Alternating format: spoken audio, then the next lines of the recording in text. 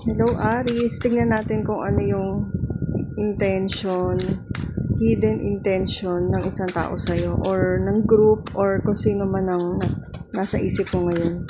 Kumusta kayo guys? Kung kailangan ninyo ng private reading, i-message nyo lang ako Isasend ko sa inyo yung details.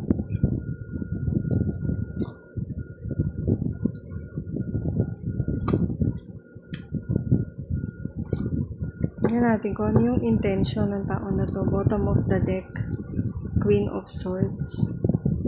Wala siyang intention na makipag-usap sa inyo guys. Wala siyang intention na magsalita.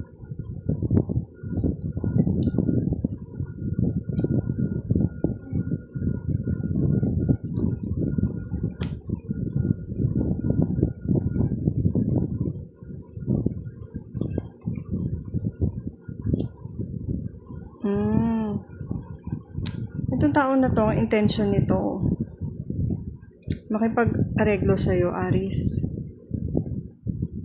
Sa isip niya, baka tanggihan mo siya.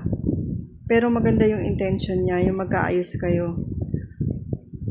Itong tao na to, deep inside, feeling niya, okay na siya, okay na sa kanya, mag-meet kayo halfway or mag-agree sa mga terms na gusto mo. Kung ano man yung pinagdaanan ninyo nitong tao na to, kung may issue man kayo.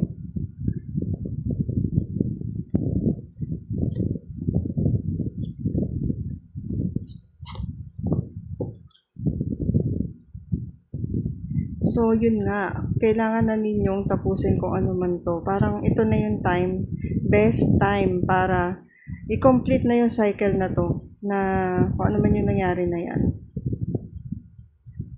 Time na para ma-reveal kung ano yung mga tinatago, mga secrets, yan. Maging open na kayo sa isa't isa, nitong tao na to. Kasi maganda naman intention niya So, i-release nyo na yung mga past na hindi magaganda, hindi magandang damdamin ninyo, or matuto na kayo dun sa nangyari. Okay, thank you Aries. Kung kailangan ninyo ng private reading, i-message nyo lang ako.